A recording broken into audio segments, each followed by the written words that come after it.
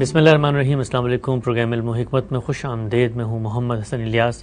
ناظرین کرام، متفرق سوالات کی یہ نشست ہے. خواہش ہوتی ہے کہ غامدی صاحب سے ان موضوعات پر تبادلہ خیال کریں، دین، فکر، سماج، سیاست، فلسفہ، اسی طریقے سے وہ موضوعات جو عام آدمی کی انڈرسٹینڈنگ میں کوئی ابہام پیدا کرتے ہیں. غامدی صاحب سے جانیں کہ چیزوں کو اپروچ کرنے کا صحیح زاویہ نظر کیا ہے اور درست نتائج تک کیسے پہنچا جا سکتا ہے. آغاز کرتے ہیں اس نشست کا. حسب سابق ہمارے سے تشریف فرمائیں جناب جاوید احمد غامدی صاحب. السلام علیکم غامدی صاحب. وعلیکم السلام. ہم سب بہت شکریہ آپ کے وقت کا. آج کی نشست کا پہلا سوال آپ کی خدمت میں یہ ہے کہ سورہ اعراف کا آپ حوالہ دیتے ہیں. 5 حرمتیں اللہ تعالیٰ نے وہاں بیان کر دی ہیں اخلاقی حرمتوں کے ذیل میں. ایک سوال یہ پیدا ہوتا ہے کہ اس میں جو اسم کا لفظ ہے جس کا ترجمہ آپ حق تلفی سے کرتے ہیں، عام طور پہ جو مترجمین ہیں ان کے ہاں اسم کا ترجمہ گناہ سے کیا جاتا ہے. سوال یہ ہے کہ اگر اتنی محکم بات اللہ تعالیٰ بیان کرنا چاہتے تھے جو رہتی دنیا تک کو اخلاقی حرمتوں کے بارے میں ایک پورا لائحہ عمل اور ضابطہ دیتی ہے، تو وہاں پر ایسا لفظ کیوں استعمال کیا گیا کہ جس کے ترجمے تک ہی میں اختلاف ہو گیا؟ ہم قرآن مجید کو پڑھتے ہیں تو اللہ تعالیٰ کہتے ہیں کہ یہ جو محکمات ہیں یہ بالکل سیدھی سیدھی ہیں اور ان کو اللہ کھول کھول کے بھی بیان کرتا ہے، لیکن ایک ایسا لفظ استعمال کیا گیا ہے کہ جس کے ترجمے تک میں ہم یہ دیکھتے ہیں کہ مترجمین میں اختلاف ہے. اگر مترجمین میں اختلاف ہے تو پھر حرمتوں کی حدود کیسے واضح ہوں گی، اور اگر وہ واضح نہیں ہوتی تو اتنی اہم بات سے رہتی دنیا محروم رہ سکتی؟ یہ کوئی اختلاف نہیں ہے. جب کوئی مترجم ترجمہ کر رہا ہوتا ہے تو اصل چیز یہ ہے کہ اس نے کسی آیت کو، کسی جملے کو کس مفہوم میں لیا، کس سیاق و سباق میں دیکھا. یہ ساری چیزیں ترجمے پر اثر انداز ہوتی ہیں. ترجمہ میں کروں یا کوئی اور کرے، ترجمہ اصل میں میرا فہم ہے، اور فہم کے معاملے میں یہ کہنا کہ اس میں ادنا درجے میں کسی اختلاف کی گنجائش نہ رہنے دی جائے، یہ ممکن ہی نہیں ہے. اس کو ہمارے جلیل القدر استاذ بڑی وضاحت سے بیان کرتے ہیں. قرآن مجید میں اگر قطعی الدلالہ کی بحث کو آپ دیکھیں، وہ استاذ امام کے ہاں دیکھیں، امام حمید الدین فراہی کے ہاں دیکھیں، ان کی تفاسیر میں بھی یہ بحث ہوئی ہے، تو آپ پر یہ واضح ہو جائے گا کہ 2 چیزیں اختلافات کا باعث بن جاتی ہیں. یہ اختلافات کے ہیں فہم کے اختلافات. ایک یہ کہ کسی موقع پر آپ کا علم پورا نہیں تھا، اور یہ علم پورا نہیں تھا اس کا کوئی تعلق اس سے نہیں ہے کہ کوئی کتنا بڑا عالم ہے. بڑے سے بڑے عالم کے بارے میں بھی آپ یہ کہہ سکتے ہیں کہ فوق کل ذی علم علیم، یعنی بڑے سے بڑا عالم بھی بعض اوقات کسی چیز کی طرف متوجہ نہیں ہوتا، یا کسی چیز کو اس طریقے سے نہیں سمجھتا، یا اس کے دائرہ علم میں وہ چیز نہیں آئی ہوتی. اسی طریقے سے علم میں تو کوئی کمی نہیں ہے، لیکن تدبر میں کمی ہو جاتی ہے. جب آپ ترجمہ کر رہے ہیں، تفسیر کر رہے ہیں، کسی چیز کو سمجھنا چاہ رہے ہیں، تو تمام چیزوں کا آپ کو احاطہ کرنا ہوتا ہے. میں نے یہ عرض کیا ہے اور کئی مرتبہ اس جانب توجہ دلائی ہے کہ اس میں 3 بڑے مراحل ہیں جن سے گزرنا پڑتا ہے. آپ نے لفظ کو بالکل ٹھیک متعین کر لیا، آپ نے جملے میں اس کے محل کو متعین کر لیا، کیونکہ جیسے ہی آپ اس دوسرے مرحلے میں داخل ہوتے ہیں تو بعض اوقات لفظ کے معنی یا اس کا ترجمہ یا اس کا مفہوم وہ کسی تخصیص میں تبدیل ہو جاتا ہے. وہ تجرید کے نتیجے میں اپنے اندر کوئی کمی بیشی کر لیتا ہے. تجرید یعنی کچھ چیزیں کسی لفظ کے مفہوم سے نکل گئی ہیں اور کچھ باقی رہ گئی ہیں. یہی معاملہ اس وقت ہوتا ہے جب آپ اس جملے کو سیاق و سباق میں رکھتے ہیں، اس کے کانٹیکسٹ میں. یہ 3 مراحل ہیں، ان سے آپ نے گزرنا ہے. 3 مراحل سے گزرتے ہوئے اگر ادنا درجے کی بھی غفلت ہو جائے، یا کسی جانب توجہ نہیں ہوئی، یا وہ چیز موضوع نہیں تھی، تو اس میں اختلافات پیدا ہو جاتے ہیں. اسی طرح یہ بات بھی سمجھنی چاہیے، اور مجھے خود اپنے علمی کام کے دوران میں اس کا بارہا تجربہ ہوا ہے کہ ہم کسی چیز پر غور کر رہے ہوتے ہیں، اس کے تمام متعلقات کا علم بھی رکھتے ہوتے ہیں، تدبر کرنے بیٹھے ہیں، لیکن مسئلے کے بارے میں اس موقع پر توجہ نہیں. توجہ نہ ہونے کے کیا اسباب ہیں؟ وہ کبھی زیر بحث نہیں آیا، اس کے بارے میں کوئی سوال نہیں اٹھا. یہ چیزیں اگر موجود نہیں ہیں تو جسے کہتے ہیں نا کہ بیداری کے ساتھ آپ کی نگاہ اسی جگہ پڑے، وہ نہیں پڑے، کنسنٹریشن نہیں تو اس لیے اللہ تعالیٰ سے یہ توقع کرنا جو آپ کے سوال میں چھپی ہوئی ہے کہ وہ ایسے الفاظ استعمال کریں کہ نہ اس میں علم کی قلت اثر انداز ہو، نہ تدبر کی کمی اثر انداز ہو، اور بس اس طرح کے الفاظ میں بات بیان ہو جائے کہ جس کے بعد اختلاف کی گنجائش ختم ہو جائے. یہ زبان بیان کے حسن کو مجروح کرتا ہے. اس کے نتیجے میں تو پھر اسپاٹ قسم کی ریاضیاتی باتیں کی جا سکتی ہیں.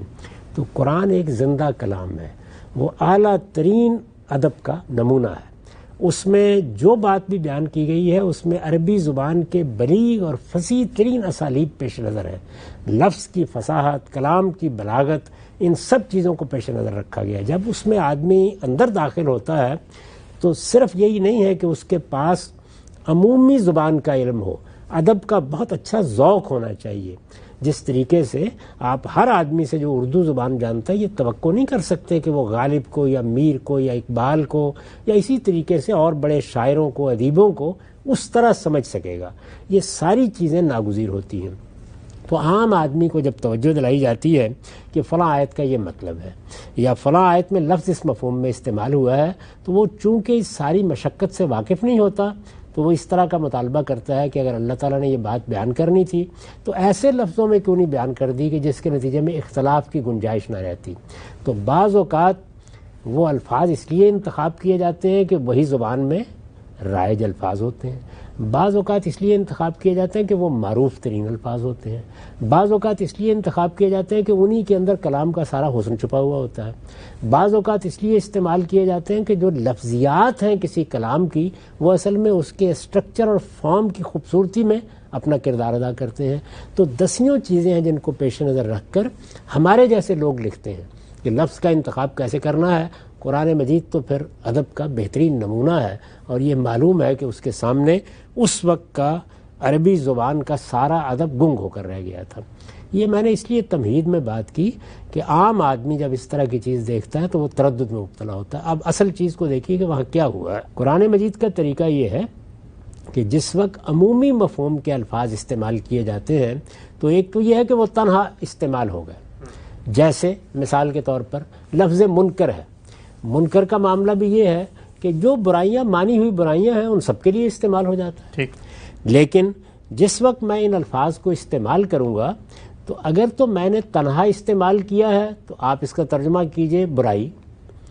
اگر میں نے یہ لفظ استعمال کیا اور اس کے ساتھ برائیوں کی کچھ اقسام ہیں جن کو میں نے عطف کر دیا ہے، یعنی عطف کر دیا کا مطلب یہ ہے کہ اور کہہ کے بول دی ہیں. مثلا منکر کے ساتھ میں نے بغی کا لفظ بھی بول دیا ہے، منکر کے ساتھ میں نے فاحشہ کا لفظ بھی بول دیا ہے. تو اب اس کا مطلب یہ ہے کہ میں یہاں تجرید کروں گا. تجرید کا مطلب کیا ہے کہ اب آپ یہ دیکھیں گے کہ منکر کی کیا اقسام ہوتی ہیں، یعنی برائی کس کس قسم کی ہوتی ہے. تو اس برائی میں سے اب فواحش نکل جائیں گے کیونکہ وہ الگ سے بیان ہو گئے، بغی نکل جائے گی کیونکہ وہ الگ سے بیان ہو گئی. تو برائی ہی ترجمہ ہے، لیکن یہ دو نکلنے کے بعد جو باقی بچے گا اب اس کو بیان کرنا ہے. اچھا.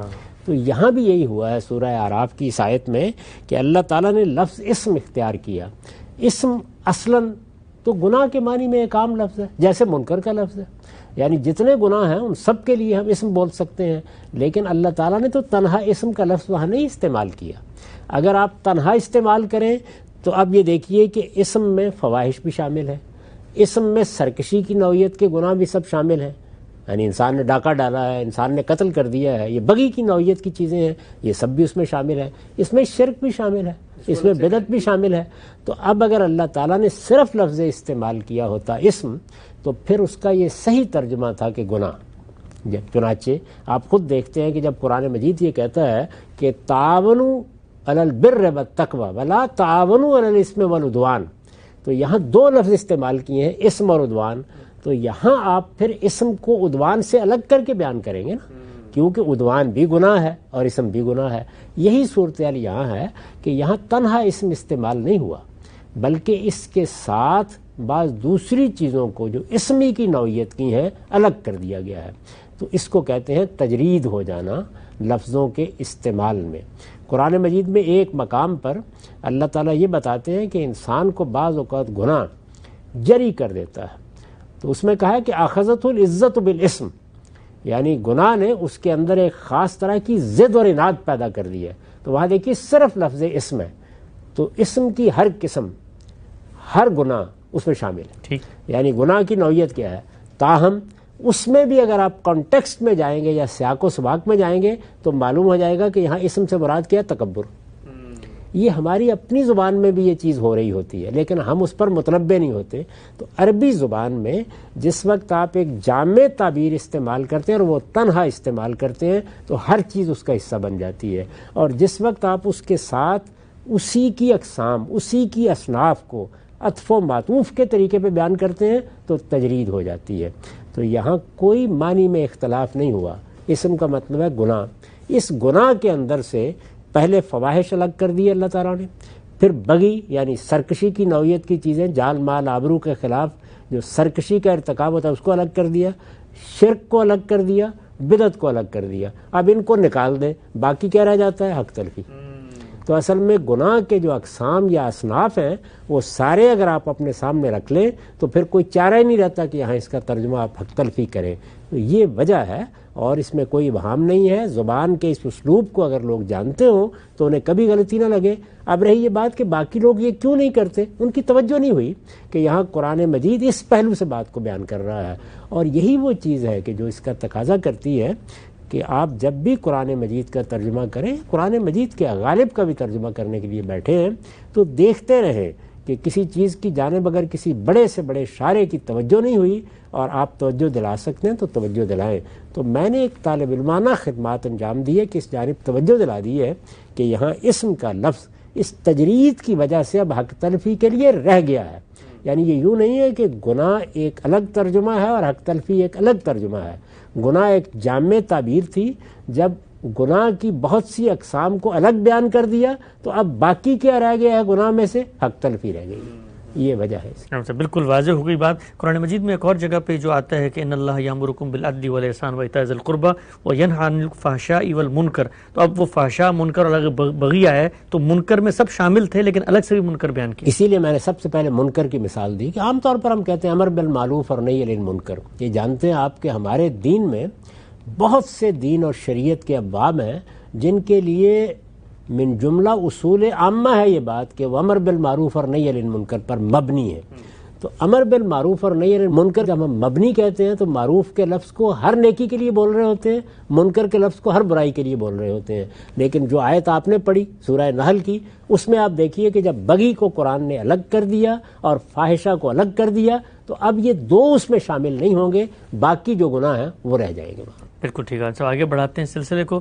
یہ بیان فرمائیے گا، اسی سے متعلق ایک سوال ہے۔ عام طور پہ لوگ یہ کہتے ہیں کہ یہ جو کچھ آپ عربی کے معنی، مفاہیم یا زبان و بیان کی باتیں بیان کرتے ہیں، تو جو لوگ عربی زبان مثلا جانتے ہیں، پڑھتے ہیں، لکھتے ہیں، ایک بڑا ابہام لوگوں کا پیدا ہوتا ہے کہ اس زمانے سے بھی قریب تھے، ان کے ہاں وہ محاورے استعمال میں بھی تھے، ان کے ہاں عرف میں بھی وہ چیزیں شامل تھیں، لیکن اگر وہ ان چیزوں کو اس طرح سے نہیں دیکھ رہے جس زاویے سے آپ دیکھ رہے ہیں تو عقل میں یہ بات سمجھ میں نہیں آتی کہ ایک بندہ مثلا غالب کے دور میں دلی میں بیٹھا ہوا ہے اور ایک آج کے دور میں ہے، تو آج یہ دعویٰ کرے جی کہ اس زبان سے یہ مراد ہے اور ان لوگوں نے بات نہیں سمجھی، ان کی توجہ نہیں ہوئی، تو عقل تو یہ کہتی ہے کہ ان کی توجہ ہونی چاہیے چونکہ ان کی زبان تھی، وہ زیادہ بہتر جانتے تھے، اس محاورے اس عرف میں رہتے تھے۔ یہ بات تو دنیا کے کسی علم کے بارے میں نہیں کہی جا سکتی کہ جس زمانے میں وہ علم پیدا ہو اسی زمانے میں اس کے سارے محققین بھی پیدا ہو جائیں، سارے علماء بھی پیدا ہو جائیں، پھر تو امام ابو حنیفہ کی بات بھی نہیں سننی چاہیے تھی۔ پھر تو جتنے آپ کے بڑے بڑے زبان کے ماہرین بعد میں پیدا ہوئے ہیں ان کی کتابیں بھی اٹھا کے ایک طرف اجمی تھے زیادہ، اجمی ہیں ان میں زیادہ تر۔ تو لغت کے معاملے میں، نحو کے معاملے میں بڑا کام کیا ہے لوگوں نے۔ آپ یہ جانتے ہیں کہ ہمارے ہاں جو بہت بڑے بڑے لوگ ہیں جنہوں نے زبان پر کام کیے، جیسے سیبوے ہے، جیسے فرا ہے، جیسے اخفش ہے، جیسے زمخشری ہے، یہ سب کے سب لوگ اس زمانے کے لوگ نہیں ہیں اور سب کے سب عرب بھی نہیں ہیں۔ تو اس وجہ سے یہ بات تو بالکل ہی بے معنی بات ہے۔ ہوتا اصل میں یہ ہے کہ جب ایک زبان میں کوئی اعلیٰ کلام وجود میں آ جاتا ہے، جیسے غالب نے شاعری کر دی ہے، جیسے فردوسی نے شاعری کر دی، تو پھر اس سے اعتناب برتنے کے لیے اہل علم پیدا ہونا شروع ہوتے ہیں۔ اور یہ ایک دن میں نہیں ہو جاتا کہ آپ پورے شاہ نامے یا پوری بال جبریل یا پورے دیوان غالب کی ایک ایک چیز کے اوپر غور کر لیں۔ غور و فکر کرنے کا عمل شروع ہوتا ہے، یہ عمل جاری رہتا ہے۔ تو یہ جو کچھ ہم کہتے ہیں وہ کہیں آسمان سے نہیں آتا، وہ انہی بزرگوں کی تعلیمات کا نتیجہ ہے، ان کے کام کا نتیجہ ہے۔ انہوں نے وہ ساری چیزیں فراہم کر دی ہوتی ہیں، انہی کی تصنیفات، انہی کا کیا ہوا کام ہے جس کے ذریعے سے زبان کا یہ علم منتقل ہوتا ہے۔ اس کو آپ اطلاق کر کے دکھاتے ہیں. اس میں کوئی چیز ایسی ہوتی ہے، میں نے اسی لیے پہلے تمہید میں بہت سی گفتگو کی کہ نظر انداز ہو گئے یا اس پر توجہ نہیں ہوئی یا اس کی جانب اس طرح سے توجہ دلائی نہیں گئی یا حالات میں کوئی ایسی چیز نہیں تھی کہ لوگ متوجہ ہوتے. یہ جو کہا جاتا ہے قرآن مجید کے بارے میں کہ لا تنقضی عجائب ہو، اس کے عجائب کبھی ختم نہیں ہوں گے، تو وجہ کیا ہے؟ یعنی اس کی وجہ یہی ہے کہ بعض اوقات ایک نئی چیز آ جاتی ہے، بعض اوقات ایک نیا حادثہ ہو جاتا ہے، بعض اوقات ایسا ہوتا ہے کہ زمانے اور حالات کے تغیر سے آپ متوجہ ہوتے ہیں کہ اچھا اللہ نے یہ کیا بات کہی تھی. تو یہ اسباب ہیں جو انسانوں کو فراہم ہوتے ہیں اور اس میں علم اسی طریقے سے آگے بڑھتا رہتا ہے. ایسا کبھی بھی نہیں ہوتا کہ اگر ارسطو افلاطون پیدا ہو گئے ہیں تو ہم یہ توقع کریں کہ آئنسٹائن کے زمانے تک سائنس کی جو ترقی ہے تو وہیں ہو جانی چاہیے تھی. تو جیسے سائنسی علوم میں لوگ بعد میں آتے ہیں اور وہ اپنے سے پہلے کے اہل علم نے جن چیزوں کو چھوڑ دیا ہوتا ہے ان پر توجہ دلاتے ہیں، علم کی اس روایت کے اندر مزید تحقیقات کرتے ہیں اور نئے نئے پہلوؤں کو واضح کرتے رہتے ہیں. تو یہی چیز دین کے علم میں بھی ہوتی ہے. یہ کسی کی تحقیر نہیں ہوتی. اس کا ہرگز یہ مطلب نہیں ہوتا کہ یہ بات اگر امام ابو یوسف نے سمجھی ہے تو آپ یہ کہیں کہ وہ تو شاگرد تھے امام ابو حنیفہ کے، تو امام ابو حنیفہ کی سمجھ میں کیوں نہیں آئی. یعنی یہ سمجھنے کا عمل اللہ کی بنائی ہوئی فطرت میں ہے ہی ایسے کہ جب پہلے بنیادیں قائم ہو جاتی ہیں تو پھر آگے بڑھنے کا عمل شروع ہو جاتا ہے. ٹھیک ہے، ہم سب آگے بڑھاتے ہیں اس سلسلے کو. یہ بیان فرمائیے گا، آپ اکثر فرماتے ہیں کہ گزشتہ چند صدیوں میں وہ جو تفقہ فی الدین کا عمل تھا وہ بہت کمزور ہوا ہے امت میں. جو ماضی کی علمی روایت ہے ان کے اختلاف بھی ہوتا ہے. اور ڈاکٹر حمید اللہ تو یہ فرماتے ہیں کہ خود جو فقہ حنفی ہے اس کے اندر کوئی 70-75% آراء امام حنیفہ کی آراء سے بھی مختلف ہیں جو ان کے اپنے شاگردوں نے قائم کی.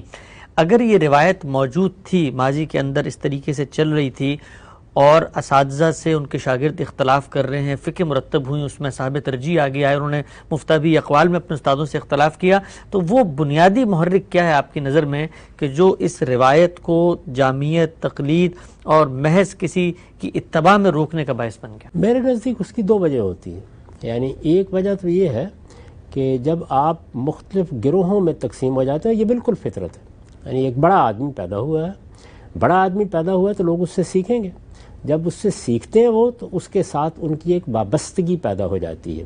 یہ وابستگی اگر بہت بڑے پیمانے پر ہو جائے، ہماری تاریخ میں بھی بڑے جلیل القدر لوگ ہوئے ہیں، تو وابستگی اگر بہت بڑے پیمانے پر ہو جائے تو لوگ اس وابستگی کے نتیجے میں پھر یہ چاہتے ہیں کہ وہ کسی اور چیز کی طرف توجہ نہ کریں. ان کے اوپر یہ چیز طاری ہو جاتی ہے کہ اتنا بڑا آدمی تھا یا چند اتنے بڑے آدمی تھے، تو اب ظاہر ہے کہ انہوں نے ہر چیز کو واضح کر دیا. کیا چیز اور واضح ہونے والی رہ گئی ہے؟ عام طور پر اگر آپ لوگوں کو دیکھیں تو وہ اس فطری احساس میں مبتلا ہوتے ہیں. اس فطری احساس میں جب وہ مبتلا ہو جاتے ہیں تو اب ان کے اندر بھی تو ایسے لوگ پیدا ہوں گے نا کہ جو کبھی نہ کبھی کسی چیز کو چیلنج کر دیں گے. یعنی جس طرح انسان کی یہ فطرت ہے کہ وہ وابستگی میں جیتا ہے، اسی طرح اس کی فطرت میں یہ چیز رکھی گئی ہے کہ کوئی ایسا شخص پیدا ہو جائے گا کہ جو ذرا تردد کا اظہار کرے گا. تو کیا عام لوگوں میں یہ تردد پھیلتا چلا جائے؟ کیا وہ اسی طریقے سے چیزوں پر غور کر کے کسی چیز کو ترک و اختیار کریں؟ تو بالعموم پھر یہ ہوتا ہے کہ اہل علم یہ خیال کرتے ہیں کہ لوگوں کو وابستہ رہنا چاہیے. یہ تقلید کا ایک وہ پہلو ہے کہ جس سے یہ مقصود ہوتا ہے کہ کہیں عام آدمی اپنے اجتہادات نہ فرمانا شروع کر دے، انتشار کا شکار نہ ہو، اور انتشار ذہنی کا شکار نہ ہو جائے، اور وہ ان چیزوں کو موضوع نہ بنا لے جن کی اس کے اندر اہلیت نہیں ہے. انسان رکتا نہیں ہے نا. آپ نے دیکھا ہے کہ طب کا علم کتنی ترقی کر چکا ہے، لیکن ایک عام آدمی بھی بعض اوقات دواؤں کے نام جان لیتا ہے اور معلومات اسے ہوتی ہیں، مرضوں کی تشخیص بھی. بارہا اس کا تجربہ آپ کو ہوا ہوگا کہ آدمی کی طبیعت خراب ہو جائے تو ہر آنے والا ایک نسخہ تجویز کر رہا ہوتا ہے. تو یہ انسان کے ساتھ یہ مسئلہ ہے. اس مسئلے میں غلطیوں کے بڑے امکانات ہوتے ہیں. اس کا امکان ہوتا ہے کہ آدمی تکبر میں مبتلا ہو جائے گا اور پھر اس کے بعد وہ کم علم کی بنیاد کے اوپر بڑے فیصلے کرنے لگ جائے گا. تو لوگوں کی ہمدردی میں یہ چاہتے ہیں کہ وہ ایسا نہ کرے.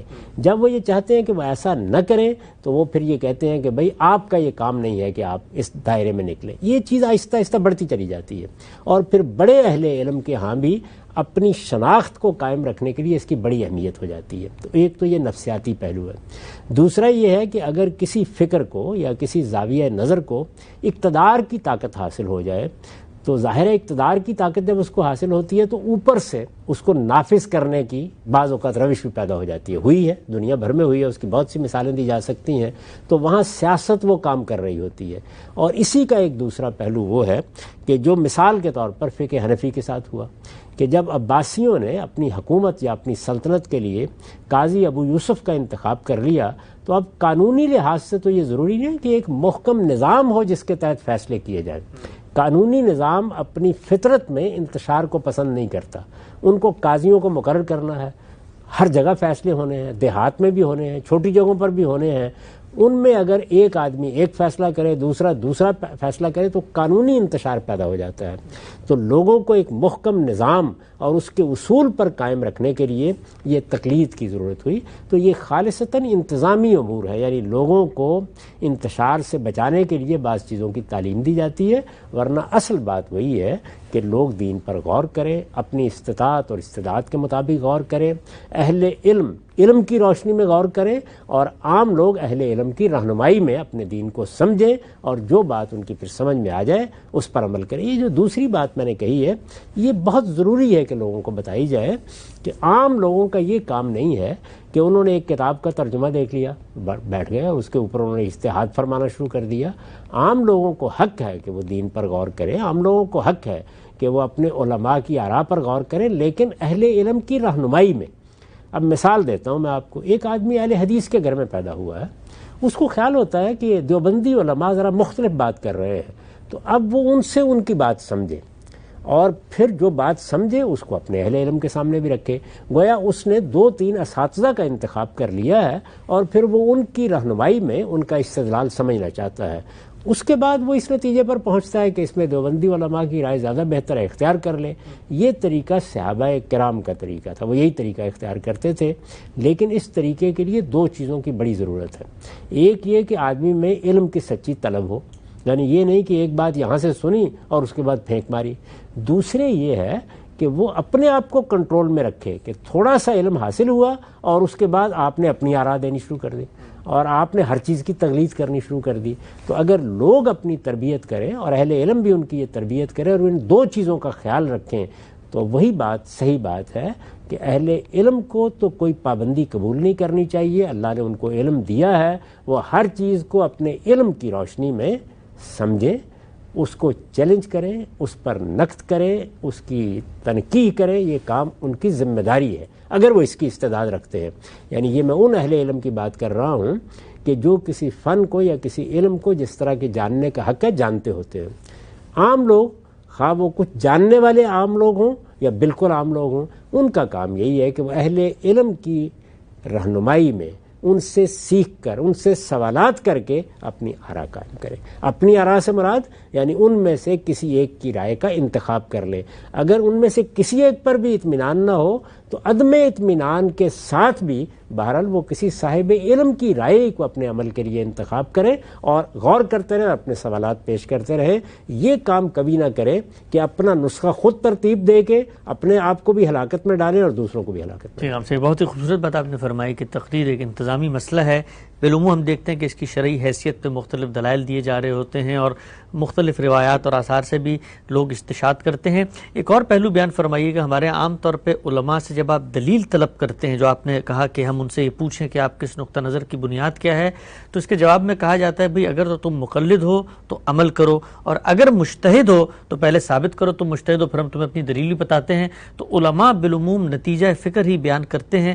جب آپ ان سے پوچھیں جس کی دلیل کیا ہے تو کہتے ہیں بھئی دلیل جاننے کے لیے تمہیں عربی آنی ضروری ہے, اتنے علوم کا جاننا ضروری ہے. تم دلیل جان ہی نہیں سکتے کہ جب تک تم ہماری سطح پر نہیں آؤ گے. پہلے ہماری سطح پر آؤ پھر ہم دلیل بتائیں گے. تو یہ پھر کیا ہوا کہ بندے کی تو وہ استعداد بھی نہیں تھی, اب وہ دلیل جاننا بھی چاہتا ہے لیکن جاننے کی صلاحیت بھی نہیں رکھتا. تو علماء کیا کریں؟ دیکھیے یہ 2 ایکسٹریمز نہیں ہیں. یعنی یوں نہیں ہے کہ یا تو آدمی دلیل کو جان ہی نہیں سکتا اور یا یہ ہے کہ اگر وہ دلیل کو جاننا چاہتا ہے تو عالم بنے. اس کے درمیان میں یہ ہوتا ہے کہ ایک بڑا صاحب علم جو استدلال ہے اسے عام آدمی کی ذہنی سطح پر لے آتا ہے. یعنی وہ کیا کرے گا, وہ یہ کرے گا کہ جو فنی یا علمی استعداد نہیں رکھتے, یعنی جتنے لوگ بھی زیادہ تر نہیں رکھتے, تو وہ کیا کرے گا, وہ یہ کرے گا کہ جو کچھ بھی وہ علم اس کے پاس ہے اس میں یہ دیکھے گا کہ ان کی سطح پر آ کر ان کی زبان میں ان کے اسالیب میں اس کو کیسے سمجھایا جا سکتا ہے. یہ بڑے علماء میں یہ استعداد ہوتی ہے، لیکن جو بڑے علماء نہیں ہیں وہ عام طور پر یہ رویہ اختیار کر لیتے ہیں.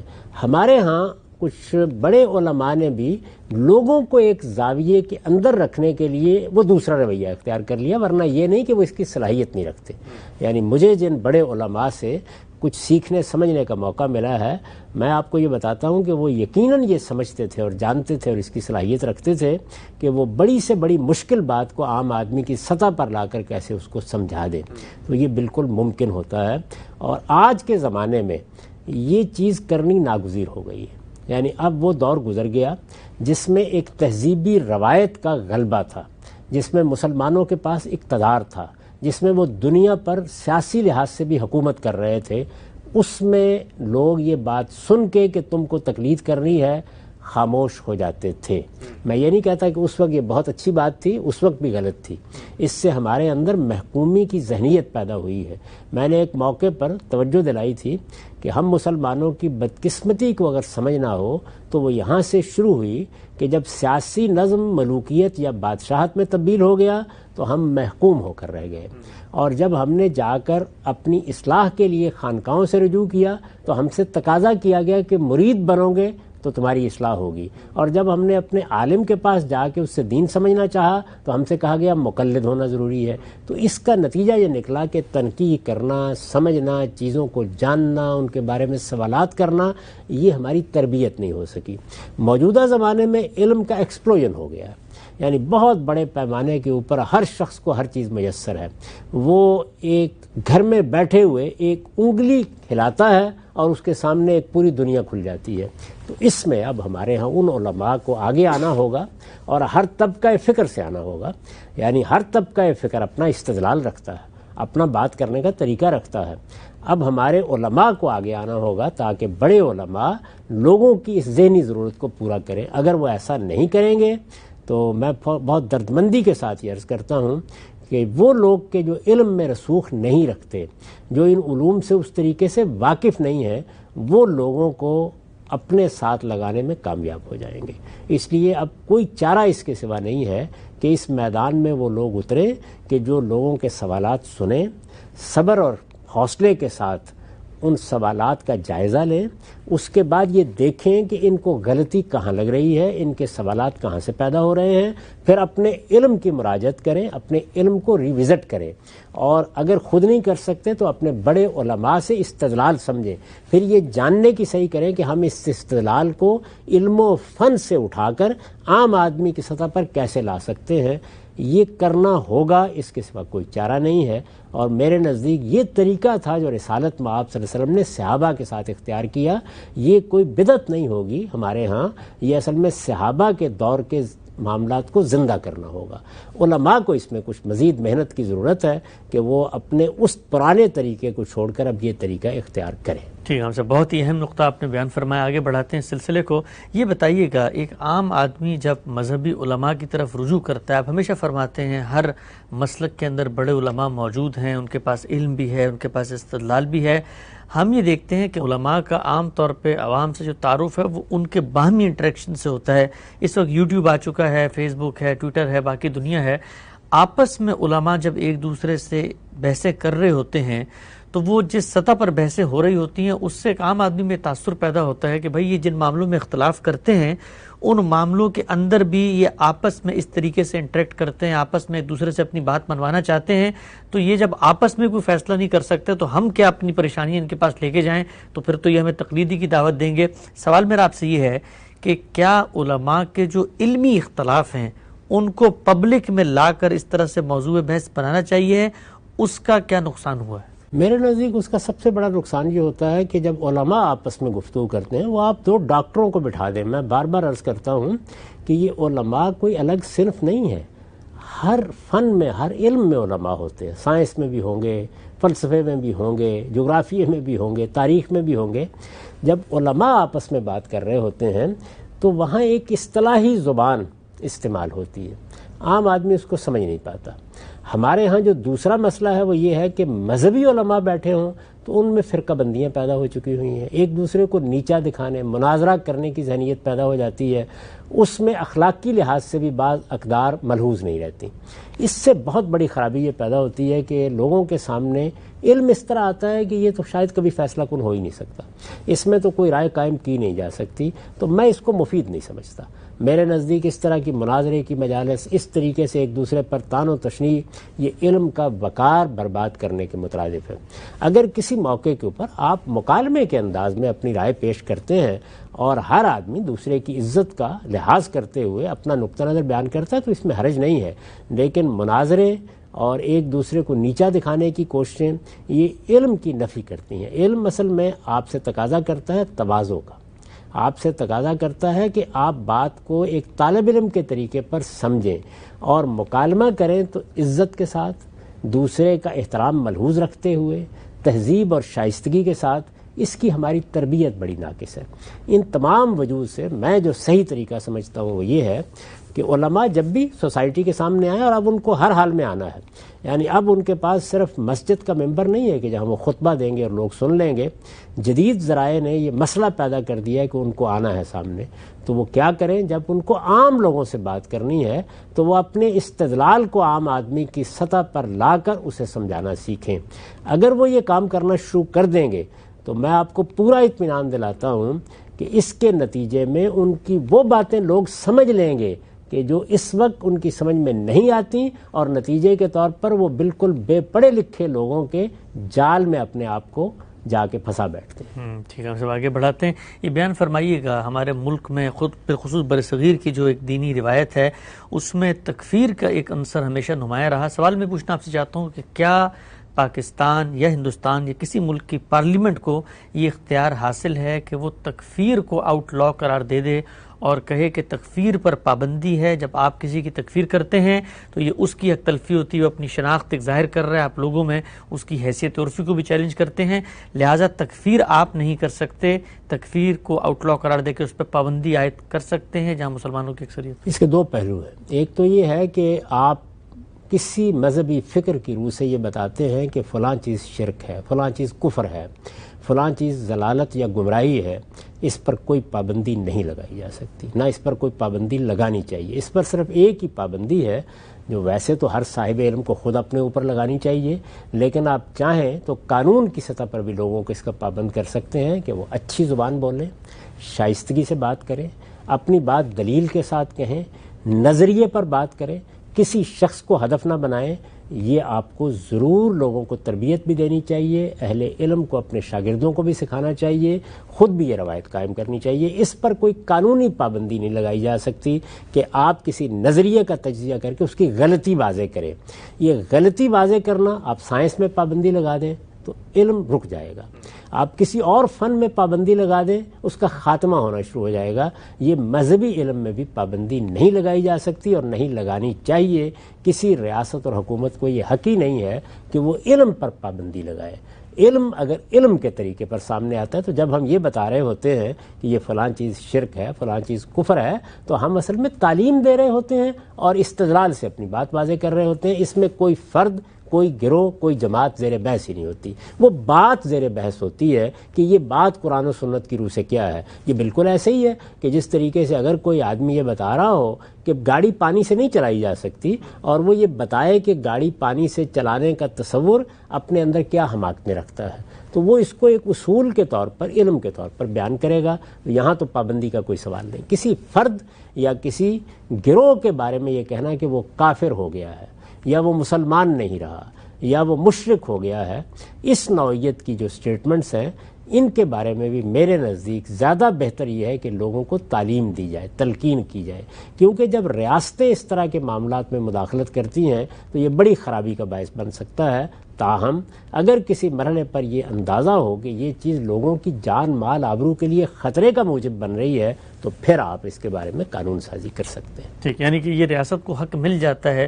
میں پاکستان کے بارے میں اسپیسیفکلی آپ سے پوچھتا ہوں کہ ہمارے ہاں ہم نے یہ دیکھا ہے کہ کفر کے فتوے جب ایک دفعہ لگ جائیں تو پھر اس کے بعد آپ کو اپنی وضاحت دینا یا آپ کو اپنے دفاع کا بھی موقع نہیں ملتا، اور یہ جو موب جسٹس کی ایک پوری کی پوری نفسیات وجود میں آئی ہے، اور پھر کسی عدالت میں آپ چلے جائیں تو وہاں کوئی مقدمہ لینے کو تیار نہیں ہوگا. تو اس پورے کے پورے پس منظر میں لوگوں کو یہ قانونی طور پہ پابند کر دیا جائے کہ آپ کسی کے دین ایمان کا فیصلہ نہیں کر سکتے، اور آپ اختلاف کریں کفر شرک ارتداد جس طرح آپ نے چیزیں بتائی ہیں ان کی بنیاد پر، لیکن کسی کو مسلمان یا غیر مسلم بنانے کا فیصلہ نہیں کر سکتے. تو اس پہ پھر اس ماحول میں ایجاد ہونی چاہیے. اس میں کوئی شک نہیں. یہ تو آپ نے دوسرے پر حملہ کر دیا نا. جب آپ نے دوسرے پر حملہ کر دیا ہے، یعنی اس کی جان پر حملہ کر دیا، اس کے مال پر حملہ کر دیا، اس کی آبرو پر حملہ کر دیا، عقل و رائے پر حملہ کر دیا، یہ آپ کو حق حاصل نہیں. اور میں کئی مرتبہ بتا چکا ہوں کہ جو ریاست یا حکومت کا نظم ہے اس کا دائرہ اختیار شروع اس وقت ہوتا ہے جب آپ حق تلفی کر رہے ہوتے ہیں یا کسی کی جان مال آبرو کے اوپر حملہ آور ہوتے ہیں. تو جس وقت کوئی آدمی میرے بارے میں یہ کہتا ہے یا میں کسی کے بارے میں یہ کہتا ہوں کہ تم کافر ہو یا یہ کہتا ہوں کہ تم مشرک ہو، تو وہ اصل میں میری عزت پر حملہ کر رہا ہے، کیونکہ میرا مسلمان ہونا یا میرا اپنے دین کا تعارف کرانا یہ میرا حق ہے، اور یہ میں ہی بتاؤں گا کہ میں کیا ہوں. تو کسی دوسرے کا یہ کام نہیں ہے. وہ کسی نظریے پر تبصرہ کرے گا، کسی رائے پر تبصرہ کرے گا، یہ اس کا حق ہے. یہ میرا بھی حق ہے، یہ آپ کا بھی حق ہے، یہ عالم کا بھی حق ہے. اور اگر کسی وقت حکمران بھی لوگوں کو ممبر پر کھڑے ہو کے بتانا چاہیں کہ کفر کیا ہے، ایمان کیا ہے، یا فلاں چیز کفر ہے اور فلاں ایمان ہے، تو یہ تعلیم ہے، یہ دعوت ہے، یہ تبلیغ ہے. اس پر کوئی پابندی نہ لگ سکتی ہے نہ لگانی چاہیے. جب آپ ایک متعین فرد کے بارے میں کہتے ہیں کہ اے یا بی، زید یا بکر یہ کافر ہے، خواہ آپ فرد کے بارے میں کہیں، خواہ افراد کے کسی مجموعے کسی گروہ کے بارے میں کہیں، یہاں آپ کیا کر رہے ہیں؟ یہاں آپ ان کی حیثیت عرفی پر حملہ آور ہو گئے ہیں. یہ آبرو کے خلاف اقدام ہے، اس لیے اس پر پابندی بھی لگائی جا سکتی ہے، اس کے بارے میں قانون سازی بھی کی جا سکتی ہے، اسی اصول پر کہ ریاست کا دائرہ اس وقت شروع ہوتا ہے جب لوگ کسی کی جان مال آبرو پر حملہ آور ہو جائیں. ٹھیک ہے، جب آگے بڑھاتے ہیں سلسلے کو. یہ سوال اکثر قانون دان اور یہ جو وکلاء ہیں یہ پوچھتے ہیں کہ واضح ہوتا ہے جب کوئی موکل ان کے پاس آتا ہے کہ اس نے جرم کیا ہے، گناہگار بھی ہے، اور وہ درون خانہ اقرار بھی کر رہا ہوتا ہے کہ میں نے یہ کیا ہے، لیکن اب آپ لوگ مجھے بچا لیں. تو کیس تو جب کوئی وکیل لڑتا ہے تو اسی بنیاد پہ لڑتا ہے کہ اپنے جو موکل ہے اس کو وہ یہ ثابت کرے کہ اس پر کوئی الزام نہیں ہے اور اس کو بری کر دیا جائے. لیکن ضمیر کی خلش ہمیشہ باقی رہتی ہے. تو ایک وکیل کو اگر یہ معلوم ہو کہ اس کا جو کلائنٹ ہے وہ مجرم ہے تو پھر وہ کیا کرے؟ دو چیزیں ہیں. ایک چیز تو یہ ہے کہ آپ کو معلوم ہے کہ فلاں آدمی مجرم ہے، لیکن آپ اس کو بھی جھوٹ بولنا سکھاتے ہیں اور خود بھی جھوٹ بولتے ہیں، تو یہ تو بڑا جرم ہے. اس سے اللہ کی پناہ مانگنی چاہیے. ایک یہ ہے کہ آپ پر واضح ہو گیا کہ وہ مجرم ہے، لیکن قانون کے مطابق اس کے لیے رعایت کی گنجائش ہے، تو آپ وکیل کی حیثیت سے اس مقدمے کو لیں، اور اس پہلو سے جو ایک مجرم کو سہولت میسر آ سکتی ہے یا کوئی رعایت یا نرمی اس کے ساتھ ہو سکتی ہے اس میں اس کا مقدمہ لڑیں. یہ آپ کا بھی حق ہے، یہ اس مجرم کا بھی حق ہے. یعنی جس وقت کوئی جرم کا ارتکاب کرتا ہے تو جس طریقے سے ایک فریق کا یہ حق ہے کہ وہ اس کو سزا دلوانے کی کوشش کرے کہ اس نے جرم کا ارتکاب کیا ہے، اسی طرح ایک دوسرا فریق ایسا ہونا چاہیے جو یہ دیکھے کہ اس کو اگر کوئی رعایت قانون بھی دیتا ہے، اخلاقیات بھی دیتے ہیں، تو وہ اس کو ملے. یہ دو الگ الگ چیزیں ہیں. لیکن ہمارے ہاں کیا ہے، ہم اصل میں خود بھی جھوٹ بولتے ہیں، دوسروں کو بھی جھوٹ بولنے پر مجبور کرتے ہیں، اور سارے مقدمات جھوٹ کی بنیاد پر قائم کر دیتے ہیں. تو یہ تو میرے نزدیک اتنا بڑا جرم ہے کہ بس اس سے اللہ ہی کی پناہ مانگنی چاہیے. تو وکیل کا کام کیا ہے، اگر اس پر یہ واضح ہے کہ یہ بے گناہ ہے تو اپنی پوری طاقت صرف کرے کہ وہ اس کو بچا لے. اس لیے کہ بے گناہ کو بچانا، یہ تو جیسے قرآن مجید نے بیان کیا کہ جس نے کسی ایک آدمی کی جان لے لی اس نے پوری انسانیت کی جان لے لی، اور جس نے کسی ایک آدمی کو زندگی بخشی اس نے پوری انسانیت کو زندگی بخشی. تو جب آپ کسی مجرم کو بچاتے ہیں اور یہ سمجھتے ہیں کہ یہ مجرم نہیں ہے، اور آپ کو معلوم ہے کہ یہ مجرم نہیں ہے، یا آپ کو اطمینان ہے کہ یہ مجرم نہیں، آپ کے علم کی حد تک نہیں ہے، تو آپ اصل میں اس کو زندگی بخش رہے ہوتے ہیں. تو یہ بڑا خیر کا کام ہے. جب آپ پر واضح ہو گیا کہ یہ مجرم ہے تو پھر آپ کا کام صرف یہ ہے کہ آپ قانون میں جو رعایت اس کو مل سکتی ہے بس اپنی وکالت کو وہاں تک محدود رکھیں. اس سے آگے ایک قدم بھی اگر آپ بڑھاتے ہیں تو یہ ظلم کا ارتکاب کریں. اچھا، مثال لے لیتے ہیں. یعنی ایک موکل آ کر یہ کہتا ہے کہ جی میں نے چوری کی ہے اور اب وکیل جو ہے وہ کورٹ میں کیا کرے گا؟ وہ پہلے اس کو بنوائے گا کہ جی میرے کلائنٹ نے چوری تو کی ہے لیکن مثلا یہ بھوکا تھا یا بے روزگار تھا یا اس کی ضرورت تھی لہٰذا اس کو یہ رعایت مل جائے، یہ پہلی دفعہ اس نے کیا آئندہ یہ نہیں کرے گا، لکھ کے دے، تو اس نوعیت کا پھر معاملہ ہوگا۔ یہ قانون کوئی جاننے والا بتا سکتا ہے کہ جب ایک مجرم آپ کے سامنے آتا ہے، دیکھیے اس میں دو طرح کی چیزیں ہوتی ہیں۔ ایک چیز یہ ہے کہ خود قانون کے اندر کسی جرم کو ثابت کیسے ہونا ہے، یہ اپنی ذات میں خدا کے نظام کے اندر رکھی ہوئی رعایت ہے۔ اچھا، آپ اندازہ کیجئے نا کہ ایک آدمی نے بدکاری کا ارتکاب کیا ہے، بدکاری کا ارتکاب کرنے کے بعد آپ سمجھتے ہیں کہ اس کو سزا ملنی چاہیے، اللہ تعالیٰ کہتے ہیں 4 گواہ لائیے، تو 3 گواہ تو جانتے ہیں نا کہ اس نے بدکاری کی ہے، تو اس کے باوجود قانون یہ کہہ رہا ہے کہ جب تک 4 پورے نہیں ہوں گے سزا نہیں دی جائے گی۔ تو یہ جو میں نے رعایت کی بات کی تو یہ 2 پہلوؤں سے ہوتی ہے، ایک وہ جس کو آپ نے بیان کیا کہ مجرم کے حالات کے لحاظ سے، ایک یہ ہے کہ خود مجرم کو سزا دینے کے لیے قانون میں جو پروسیجر بیان کیا گیا ہے اس کے تقاضے پورے نہیں ہوئے، تو دونوں پہلوؤں سے آپ اس کے مقدمہ لڑ سکتے ہیں، اس میں کوئی معنی نہیں۔ ٹھیک ہے، اس پہ آگے بڑھاتے ہیں۔ یہ بیان فرمائیے گا، عام طور پہ بیان کیا جاتا ہے کہ انسان جب مر رہا ہوتا ہے، دنیا سے رخصت ہو رہا ہوتا ہے، اس کی روح قبض کی جا رہی ہوتی ہے تو وہ مرحلہ بہت تکلیف دہ مرحلہ ہوتا ہے، دونوں طرح کی باتیں سامنے آتی ہیں۔ کہا جاتا ہے کہ اگر کوئی بندہ مومن ہے تو اس کو وہ تکلیف نہیں ہوگی، لیکن دوسری طرف یہ کہا جاتا ہے کہ خود پیغمبر بھی اس تکلیف سے گزرے ہیں جو نزاع کی کیفیت ہوتی ہے۔ آپ کا کیا نقطہ نظر ہے؟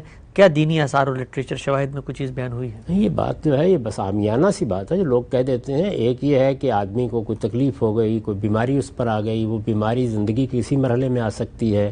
ہمارے سامنے جو شواہد ہیں اس میں دنیا میں جو لوگ ہر لحاظ سے نیک سمجھے گئے، جن کے بارے میں یہ تصور کیا گیا کہ انہوں نے اپنی زندگی پاکیزگی کے ساتھ بسر کی ہے، ان کو بھی بڑی بڑی بیماریوں سے سابقہ پیش آیا۔ میں نے خود اپنے ہی حیات دیکھی ہیں بے شمار شخصیات کہ جن کو بڑی تکلیفوں سے 2-2 سال، 4-4 سال، 10-10 سال گزرنا پڑا ہے۔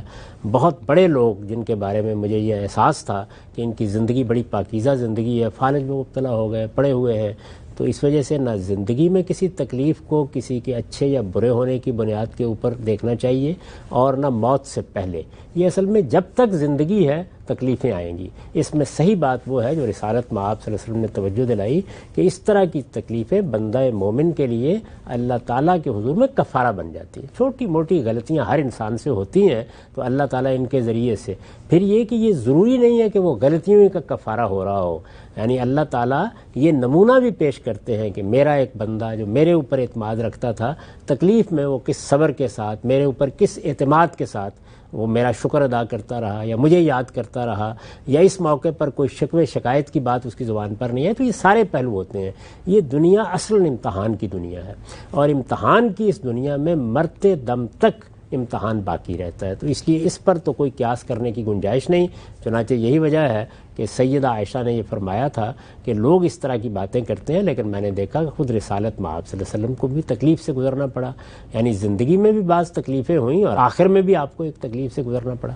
تو یہ صورتحال جو ہے یہ تو ہر شخص کے ساتھ ہوتی ہے، بڑے سے بڑے شخص کے ساتھ بھی ہو جاتی ہے۔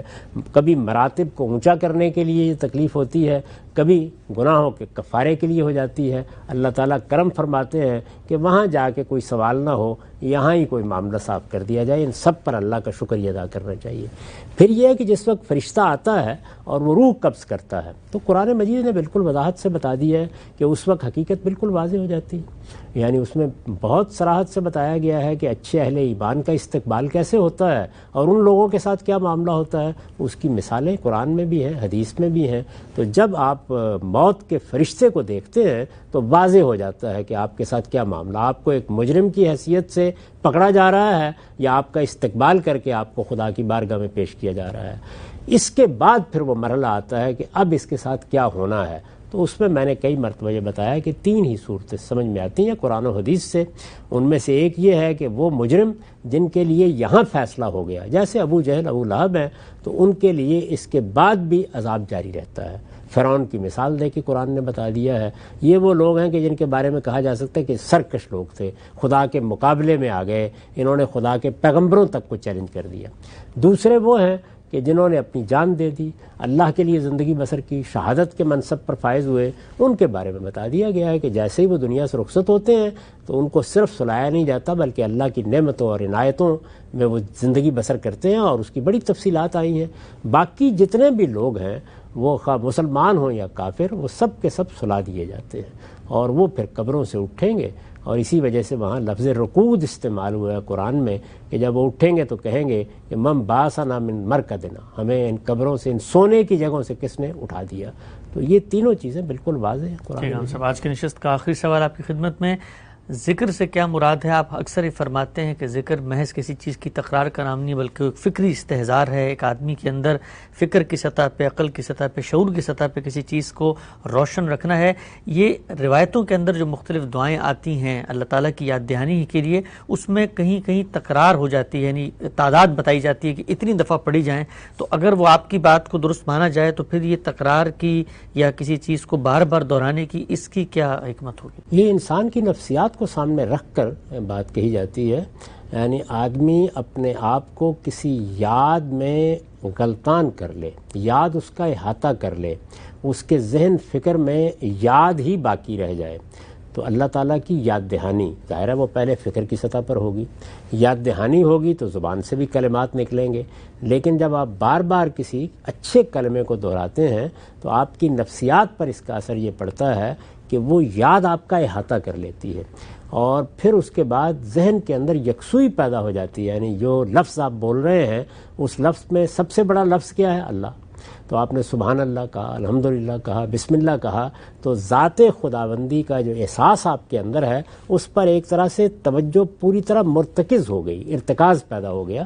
تو یہ محض ایک نفسیاتی چیز ہے، یعنی ارتکاز توجہ کے لیے رسول اللہ نے بھی فرمایا، اور بعض صالحین بھی یہ تلقین کرتے ہیں کہ آپ ایک اچھے کلمے کو بار بار دہرائیے، لیکن یہ بار بار دہرانا فکر کے ساتھ ہوگا، شعور کے ساتھ ہوگا، فہم کے ساتھ ہوگا، معنی کو پوری طرح سمجھ کے ہوگا، اس وقت اس کا مقصد پورا ہوتا ہے۔ اچھا، ہمارا وقت یہاں پہ ختم ہوتا ہے ناظرین۔ متفرق سوالات کی نشست تھی، کوشش ہوتی ہے کہ غامدی صاحب کے سامنے وہ تمام سوالات رکھیں جو آپ حضرات کی جانب سے موصول ہوتے ہیں، اور جاننے کی کوشش کریں کہ ان سوالات میں اپروچ اور ان کو سمجھنے کا صحیح زاویہ نظر اور صحیح طریقہ اور فکر کیا ہے۔ انشاءاللہ دوبارہ حاضر خدمت ہوں گے، اب تک کے لیے اجازت دیجیے، اللہ حافظ۔